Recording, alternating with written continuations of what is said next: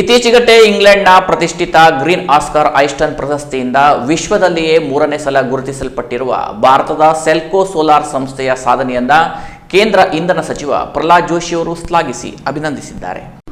ವಿಕೇಂದ್ರೀಕೃತ ಸೌರ ವಿದ್ಯುತ್ ಬಳಕೆಯಿಂದ ಬಡತನ ನಿವಾರಿಸುವಲ್ಲಿ ಸೆಲ್ಕೋ ಸಂಸ್ಥೆಯ ನಿಲುವು ಹಾಗೂ ಕಳೆದ 3 ದಶಕಗಳಲ್ಲಿ ಸಂಸ್ಥೆ ಸಾಗುತ್ತಿರುವ ರೀತಿಯನ್ನು ಪ್ರಸ್ತಾಪಿಸಿದ ಅವರು ಇಂದು ದೆಹಲಿಯಲ್ಲಿ ತಮ್ಮ ಕಚೇರಿಯಲ್ಲಿ ಸೆಲ್ಕೋ ಸಂಸ್ಥೆಯ ಮುಖ್ಯ ಕಾರ್ಯನಿರ್ವಹಣಾಧಿಕಾರಿ ಮೋಹನ ಭಾಸ್ಕರ್ ಹೆಗಡೆ ಹಾಗೂ ಡಿಜಿಎಂ ಗುರುಪ್ರಕಾಶ್ ಶೆಟ್ಟಿ ಅವರನ್ನು ಅಭಿನಂದಿಸಿದರು. ಈ ಸಂದರ್ಭದಲ್ಲಿ ಮೋಹನ್ ಹೆಗಡೆಯವರು ಮಾತನಾಡಿ, ಸೆಲ್ಕೋ ಸಂಸ್ಥೆಯ ಮೂಲ ಚಿಂತನೆ ಎಂದರೆ ಜೀವನಾಧಾರ ಉತ್ಪನ್ನಗಳು ಕೌಶಲ್ಯಾಧಾರಿತವಾಗಿ ಸೌರ ವಿದ್ಯುತ್ನಿಂದ ಅಥವಾ ಪರ್ಯಾಯ ಶಕ್ತಿಯಿಂದ ನಡೆಯುವಂತಾದಾಗ ವಿದ್ಯುತ್ ಉಳಿತಾಯ, ಸ್ವಾವಲಂಬಿ ಬದುಕು ಜೊತೆಯಲ್ಲಿ ಉದ್ಯೋಗ ಸೃಷ್ಟಿ ಸಾಧ್ಯ ಎಂದು ಸಚಿವರಿಗೆ ಮನವರಿಕೆ ಮಾಡಿಕೊಟ್ಟರು. ಈ ಕುರಿತಾದ ಸಾಧ್ಯತೆಯ ವರದಿಯನ್ನು ಸಚಿವರಿಗೆ ನೀಡಿದರು. ಇದನ್ನು ಮೆಚ್ಚಿದ ಸಚಿವರು ಈ ರೀತಿಯ ಕೌಶಲ್ಯಾಧಾರಿತವಾದ ಉತ್ಪನ್ನಗಳ ಹಾಗೂ ಸರ್ಕಾರದ ಬೇರೆ ಬೇರೆ ಯೋಜನೆಗಳ ಸಾಧ್ಯತೆಗಳನ್ನು ವಿಸ್ತೃತವಾಗಿ ನೀಡುವಂತೆ ಸಲಹೆ ನೀಡಿದರು.